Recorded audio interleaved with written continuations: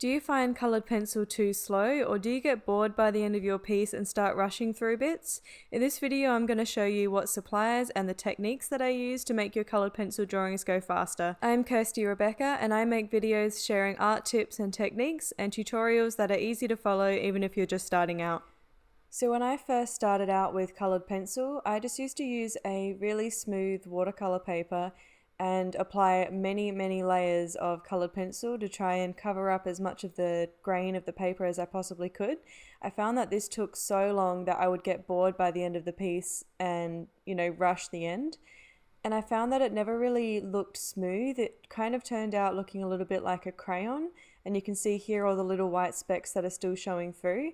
So I tried using the burnishing technique where you apply a lot of pressure to the final layers so that the tooth of the paper is completely filled in, but I found that it creates this shine on the piece that I wasn't really quite fond of. So after working with coloured pencils for a while, I've learnt some tips and techniques that I'd like to share with you guys so that you can make your coloured pencil artwork faster and still look detailed and realistic. So the first tip I have for you guys is to use a solvent to blend, and I use an odorless solvent or odorless mineral spirits, or OMS for short. And I usually put it into a jar or a small container like this with a lid that's easily able to be taken off and put back on, so I can put it back on when I'm not using it because it is toxic. And the way that you apply the solvent is with a paintbrush, or you can also use cotton tips as well. So a couple of things that you need to keep in mind when you're working with solvent is that you need a couple of layers on your paper before you go in with the solvent, otherwise it has nothing to blend together. I find that a lot of people try and apply OMS when there's not enough layers on the paper, so it still looks grainy and it doesn't blend out smoothly. And the surface that I've been using for most of my coloured pencil pieces now to make it faster is Pastelmat.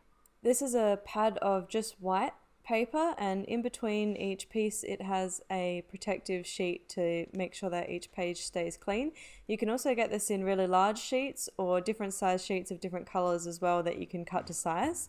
Today I'll be using sort of a peachy coloured piece, but you can use whatever colour you like, but I'd recommend starting out with a white pad of paper, especially when you're first starting out, because the colours of your pencils will show up quite a lot brighter on this and it won't clash with any of your subjects that you choose to do. So I try and use the wax-based pencils like the Caran d'Ache Luminance and the Derwent Drawing in the first few layers, because I find that they blend out really quite smoothly with the OMS and you don't have to layer as much pigment down on the paper before you go in with the solvent. If you're working on a watercolor paper with the layering technique, or even with the OMS, you will need to have a really sharp point on your pencil pretty much all the time, because you need to work in really tight circles to make sure that you're filling up the tooth of the paper so there's no little white grain showing through. But when you're working on Pastelmat with OMS like I'm doing here, you don't actually have to have your pencil that sharp, because the OMS does a really good job at blending in those colors.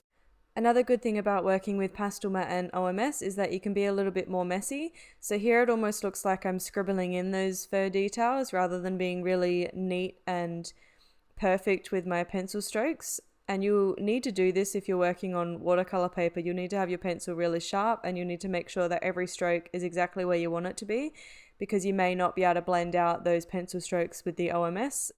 So to show you what I mean about the pencil strokes, I've got two pieces of paper here. One is watercolor paper on the right and one is Pastelmat on the left. And you can see I've used the exact same amount of pigment on both pieces there, and I'm going to be applying OMS to both sides just so you can see how much it blends out in comparison to each other. So I've done the exact same thing on both pieces, and you can see just how smooth the Pastelmat looks in comparison to the watercolor paper, and you can barely see any of the pencil strokes showing through on the Pastelmat, whereas on the watercolor paper you can still see some of those strokes underneath the OMS. So it's much easier to be a little bit more messy when you're working with Pastelmat and OMS than it is when you're working with watercolor. So I'm blending out the first few layers of coloured pencil with the OMS, and I've got my jar of OMS to the left hand side there, and I'm using that red cloth just to dab off the excess so it's not dripping and saturating the piece of paper, because you can ruin your paper if you put too much OMS. But you can see how smoothly everything blends out and how pretty much all of the pencil strokes disappear with that first layer of OMS.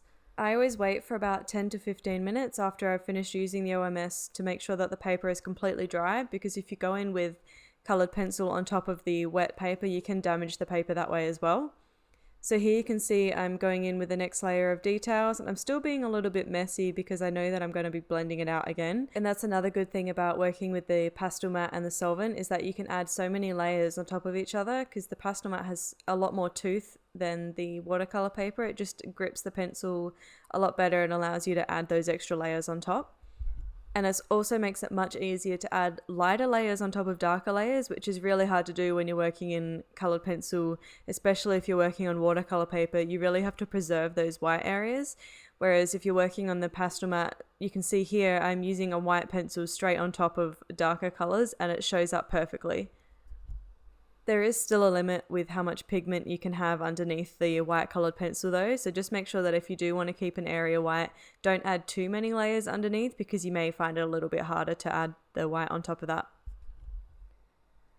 So I'm going in with the solvent again, and I'm not using as much as I did in the first layer. I'm dabbing off quite a lot of excess OMS before going on to my artwork, and this is because I don't want to blend out every stroke really smooth, because I want some of that fur texture to show through this time, but it still blends the colors together quite nicely. And I've waited for my piece to completely dry, and now I'm going in with more fur detail, and at the moment I'm using the Derwent Pro Color pencils, and I've got some polychromos to the side there as well. You don't need this many brands of colored pencils to get started. You can pretty much do this entire piece just with polychromos or luminance or Prismacolor or whatever you have. The solvent will work with any brand of colored pencil, so you don't need to have this many colors. So with the fur detail, I'm making sure that the pencil strokes are varied and they're not all the same length or going in the same direction. They curve slightly differently. And in different areas of the face, the fur is different lengths. So on the bridge of the nose, it's really short. It's almost like putting little tiny dots on the paper rather than long strokes. If you put long strokes, it's going to make the fur look long and weird in that area. And just where I'm working now, where the mouth is, the strokes are quite a lot shorter than what they were above the eye. So just keep that in mind. Make sure that you're looking at your reference photo really closely to make sure that your pencil strokes are the right length. So I tried to add some of the whiskers with the Derwent Pro Color, but it's not quite as opaque as this Derwent Drawing White. And I'd totally recommend picking up one of these if you don't have the full set of Derwent Drawing and you have just Polychromos or Prismacolor or whatever. Go grab yourself just the white in the Derwent Drawing, because it will really help add those details on top of other colors like the whiskers here. It's probably the most opaque colored pencil that I've come across, and it's really creamy. It does crumble quite a bit when you try and sharpen it, but if you can get it to a sharp point, it really helps adding those extra white details on top. So you can see here I'm using the OMS again, and this time I've got a very small amount of solvent on the paintbrush, and I'm just using it to soften out some of those harsher pencil strokes. So I'm just going back through with some of the fur details that I might have blended out with the OMS, and just some brighter colors to make the piece pop a little bit more. So I found that working on Pastelmat with OMS or solvent is not only much quicker, it is easier to lay many colors on top of each other. It's also easier to lay lighter colors on top of darker colors, and it makes your piece really vibrant and almost look like a painting rather than a colored pencil piece. So there's so many benefits to working this way, and I hope you guys give it a try.